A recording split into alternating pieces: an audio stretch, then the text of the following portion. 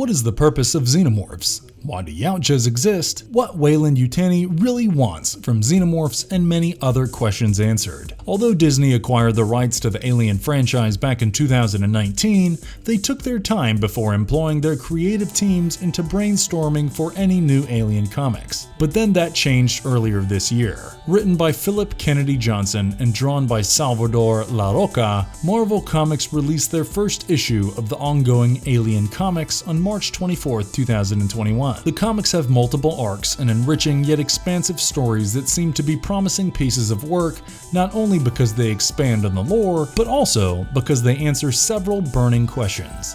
In this video, we would explore the two arcs that have been detailed in the comics, but apart from that, we would also go through the following: exploration of story arcs, the psychic bonds that Xenomorph Chestbursters form with their hosts, the real meaning of Prometheus, uncovering the mysteries behind the existence of Xenomorphs. What does Weyland Yutani want from Xenomorphs apart from creating bioweapons? Mystery behind the existence of predators. Xenomorph weaknesses that no one cared about until now. The Alpha Xenomorph and the stone-cold mutated Xenomorph from Hadley's Hope. How big a threat are the synthetics? Why do Chestbursters run away frantically after ejecting from a host?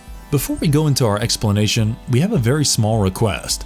If you like our content, please support us by subscribing to our channel. This is a small click for you, but for us, it means a lot. Thank you. Let's begin.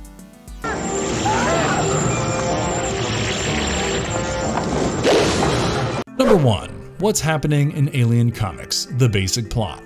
The first story revolves around Gabriel Cruz, the only person to survive the extraction of a chestburster embryo after it was implanted by a facehugger. One of Gabriel's sons had died during the early years of his posting at Epsilon Orbital Research and Development Station by falling into a ventilation shaft. Nevertheless, being a dedicated man, Gabriel continued to serve Weyland Yutani, and after years of service, he retired as the head of security. After coming back to Earth, Gabriel's estranged son Danny pays a visit, but Danny has come only to steal Gabriel's security card so that he and anti-corporate colleagues can go to Epsilon, take pictures of what's going on there, and reveal the truth behind Weyland Yutani to the world. However, Danny, his girlfriend Iris, and the others were not prepared to find a bunch of Xenomorphs on Epsilon.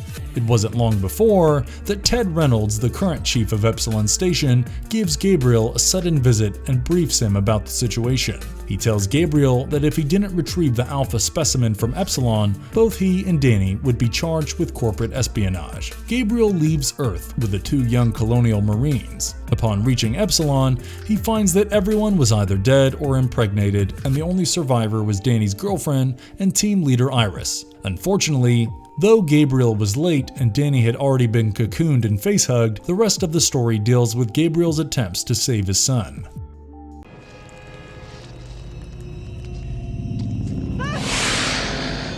Number 2. Xenomorphs can form psychic bonds with the hosts. Prior to these comics, we didn't know what went into the mind of a person who had been implanted with a chestburster embryo. Well, now we do. While rescuing his unconscious and face-hugged son, Gabriel tries to talk to him and unload the emotional burden by explaining his past. In that monologue, Gabriel reveals that he learned quite a few things about the Xenomorphs when he was face-hugged. So facehuggers don't just implant an embryo into a host. When they are attached to a host, they become connected to the hive mind of Xenomorphs. In his unconscious state, Gabriel not only saw the Xenomorphs that took down his team, but also the ones who were millions of miles away, including the creators of the Xenomorphs. It was like a tidal wave of living nightmares blanketing the universe, and in that unconscious state, he also saw a humanoid Xenomorph whom he resorted to calling the Woman in Dark. Number 3. What is the meaning of Prometheus, and why do Xenomorphs exist? Later in the comics, it is revealed that Danny's girlfriend Iris was actually a free-thinking synthetic who had gone rogue from Weyland Yutani and joined the anti-corporate resistance. She explains that because of the chestburster within Danny, the world would turn into a post-organic utopia or a world without sapient life forms. Furthermore, according to Iris, humans were not the first life form who attempted to leave their own solar system in search of other worlds and alien lives. But when such arrogant species begin to travel the stars, they are met with the cleansing fire of Prometheus. in this case, the Xenomorphs. This fire keeps the universe clean of such species who behave like parasites. According to her, many such arrogant species have perished because they first try to use the Xenomorphs as weapons, but when that doesn't work out, they try to assemble themselves with the Xenomorphs to become better, stronger creatures. And this time, Gabriel Cruz had brought the Xenomorph into the fold of humanity, and it seems that the Woman in Dark and her Xenomorphs would turn out to be the inevitable result and the unavoidable end of humanity. Naturally, the Marvel comics have given the Xenomorph a much larger role than the role of deadly parasitic species. They serve as the cleansing fire that maintains the balance of the cosmic scheme by keeping millions of species in their rightful places without letting any single species become the dominant one. This was essentially the underlying theme of Ridley Scott's 2012 film Prometheus, and it seems that the comics just seconded the film. Naturally, the Xenomorphs also serve as a cosmic test for advanced worlds and their civilizations. And while humans should maintain a safe distance from these creatures, Weyland Yutani would continue to act like a child and play with fire.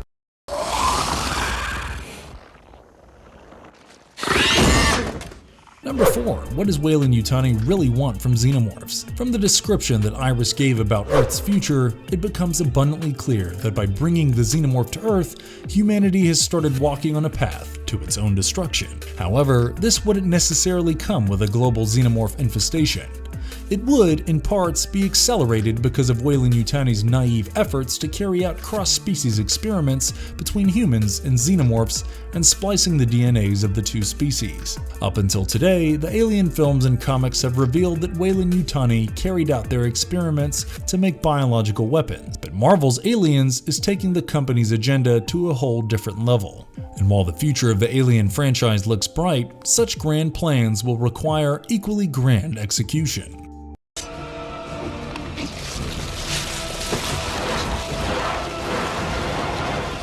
Number 5. Why do Yautjas exist? If we are to go by what Iris said in the comics, the Xenomorphs act as the cleansing fire of Prometheus for the spacefaring species. By that logic, the Predators should have been eliminated long ago, but the explanation lies in the other things that she says. According to her, the spacefaring species behave in 2 successive steps when they come across Xenomorphs. First, they attempt to weaponize the Xenomorphs, and then they try to assimilate themselves with the Xenomorphs to become stronger as a species. However, the Predators never wanted anything to do with the Xenomorphs to the extent that they kill Xenomorphs on sight. This way, they have managed to move out of the vicious circle of weaponization and assimilation.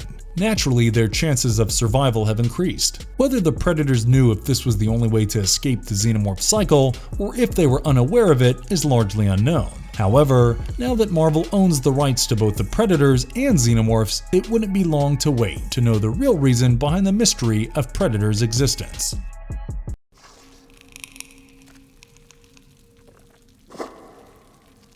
Number 6. Major weaknesses of Xenomorphs that can help us all. We've seen countless times how Xenomorphs have ignored synthetics even if they were in close vicinity.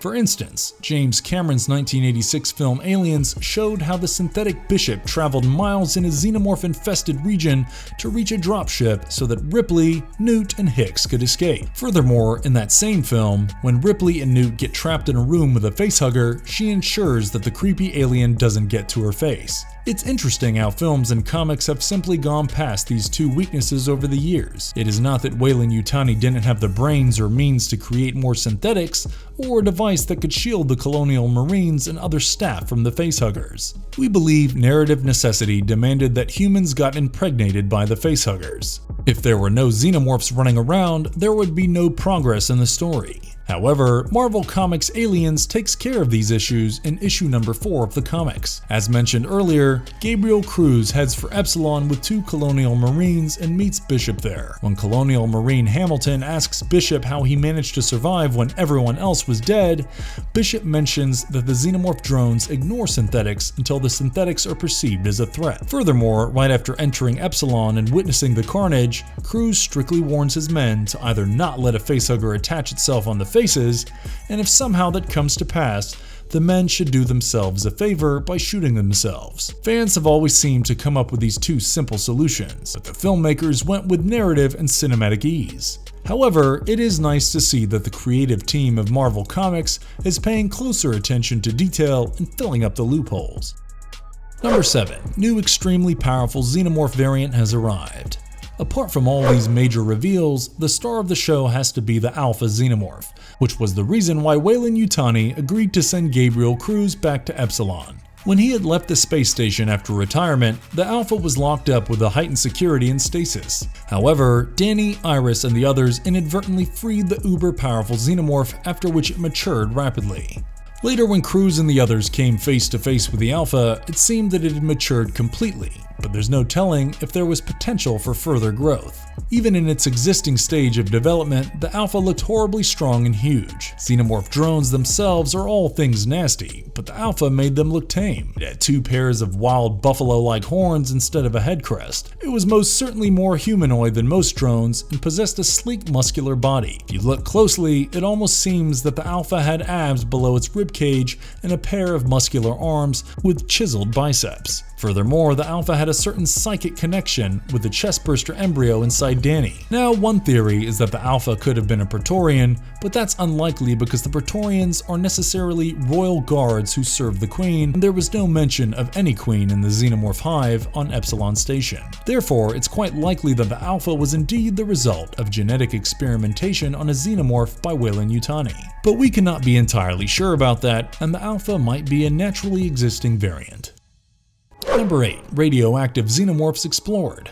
Written by Benjamin Percy and drawn by David Watcher, Marvel Comics released a one-shot comic titled Aliens Aftermath that followed the events on Hadley's Hope after its atmospheric processing plant was destroyed in a nuclear blast. What followed was a nuclear winter, and everything got frozen in sub-zero temperatures. Under these circumstances, a group of investigative journalists head to Hadley's Hope to collect pictures and unravel the grave crimes that Weyland Yutani has committed over the years. However, like all such renegade groups of the Alien franchise, this crew was under-equipped for the monstrosities that were about to present themselves. It is now that we come across the irradiated Xenomorph drone that has undergone a unique mutation because of the exposure to the nuclear blast and the subsequent nuclear winter. Not only was this mutated drone glowing, but its acidic blood had also transformed into something like liquid nitrogen. One of the crew members had his arm spilled with the drone's blood, and it immediately froze before crumbling down like brittle stone. Now, this poses a serious threat to humanity because the incident is proof that even nuclear strikes may prove useless against Xenomorphs. In fact, they can further enhance the capabilities of these horrid creatures.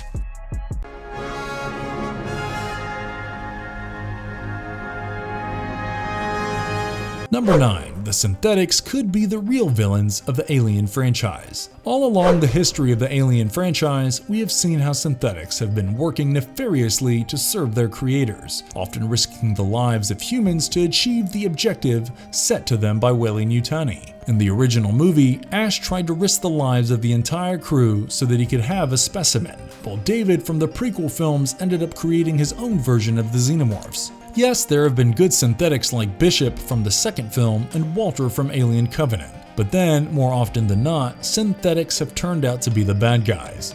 And this trend continues in the 2 volumes of Marvel Comics Alien. In the first issue, we learned that Iris was a synthetic, and she wished the destruction of all humanity with the help of the Chestburster inside Danny. Inside the second volume, which starts with issue number 7, we meet a colony of spinners who are living on a moon called Eurydice. Spinners are basically a religious cult that didn't believe in the use of technology and agreed to settle on Eurydice with a plan of living without technology. However, they were first required to terraform the moon, and only after it was made suitable for living, the government of the United Americas would have granted them official permission to stay on Eurydice. Everything was going as planned, but then United American vessel UAS Heraclides, the vessel carrying supplies and lawyers, crashed on Eurydice, unleashing Xenomorphs. Jane, the leader of the facility, went in to investigate and found a hive, but the claim was negated by most of the colonists, especially by Ambrose, who was the de facto preacher of the church and a close confidant of Jane. Later, Jane found several Xenomorph eggs inside Ambrose's cottage. When he learned about this, he overpowered her while a facehugger hatched from one of the eggs. Clearly, Ambrose wanted the same things as Iris did.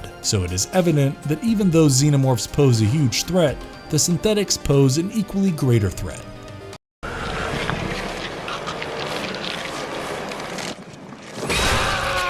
Number 10. Where do Chestbursters go after they rip apart a host? This is one of the most burning questions as far as young Xenomorphs or Chestbursters are concerned. Until now, it was believed that the Chestbursters run away frantically to vents or other tight spaces to hide and grow, but the last panel of issue number 7 solves this mystery for us. We see that after bursting out of a spinner named Becca, the Chestburster went straight to find an adult Xenomorph drone. This was essentially a survival tactic aided by the psychic link between an infant and a mature Xenomorph. And if you liked our content, don't forget to leave a like and subscribe to us if you haven't already. Have a good one and be safe. Thanks everyone.